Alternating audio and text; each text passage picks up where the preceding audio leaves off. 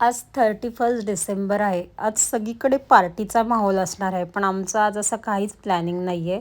कारण की आज मंगळवार आहे आणि मंगळवारी सगळे व्हेजच खातात. त्यामुळे आम्ही उद्याचा प्लॅन करतो आहे. आज नाश्त्यामध्ये मी बटाटा घालून पोहे बनवलेले होते आणि हे माझं Amazonवरून पार्सल आलेलं. मी झाडं ठेवायचा स्टँड मागवलेला. खूप छान त्याच्यावर झाडं बसले. कारण की असे आपण लादीवर ठेवले तर पाणी टाकल्यावरती माती निघून लाद्या खराब होतात.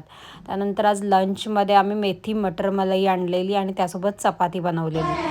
लंच वगैरे करून झाल्यावर मी थोडा वेळ आराम केला आणि रागाई मातेच्या मंदिरात गेली. मातेचं दर्शन घेतलं आणि तिथून निघाली. त्यानंतर मी स्टेशनला आली आणि स्टेशनला डोंबिवली वेस्टमध्ये असलेल्या रत्नदीप मिठाईवाल्याकडून मी पेढे घेतले. मला इथली मिठाई खूप आवडते.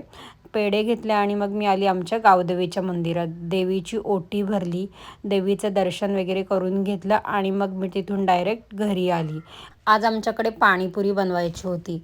तर घरी आल्यावर मी सगळ्यात आधी त्याचीच तयारी सुरू केली. रगडा वगैरे बनवून ठेवला आणि त्यानंतर गोड पाणीही बनवून घेतलं आणि मग मी पुदिन्याचं पाणी बनवलं.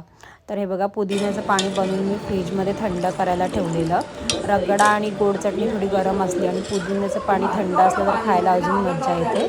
रगडाही मस्त घट्ट झालेला आणि इथे मी बुंदी आणलेली त्यासोबत खायला. तर आता मी टेस्ट करण्यासाठी 4-5 पाणीपुरी खाऊन घेतल्या.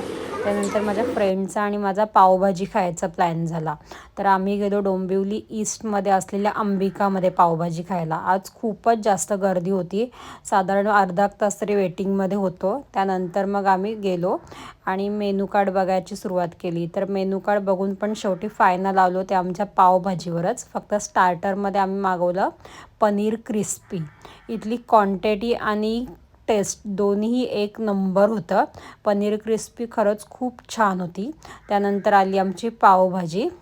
इथली पावभाजी तर माझी ऑल टाईम फेवरेट आहे.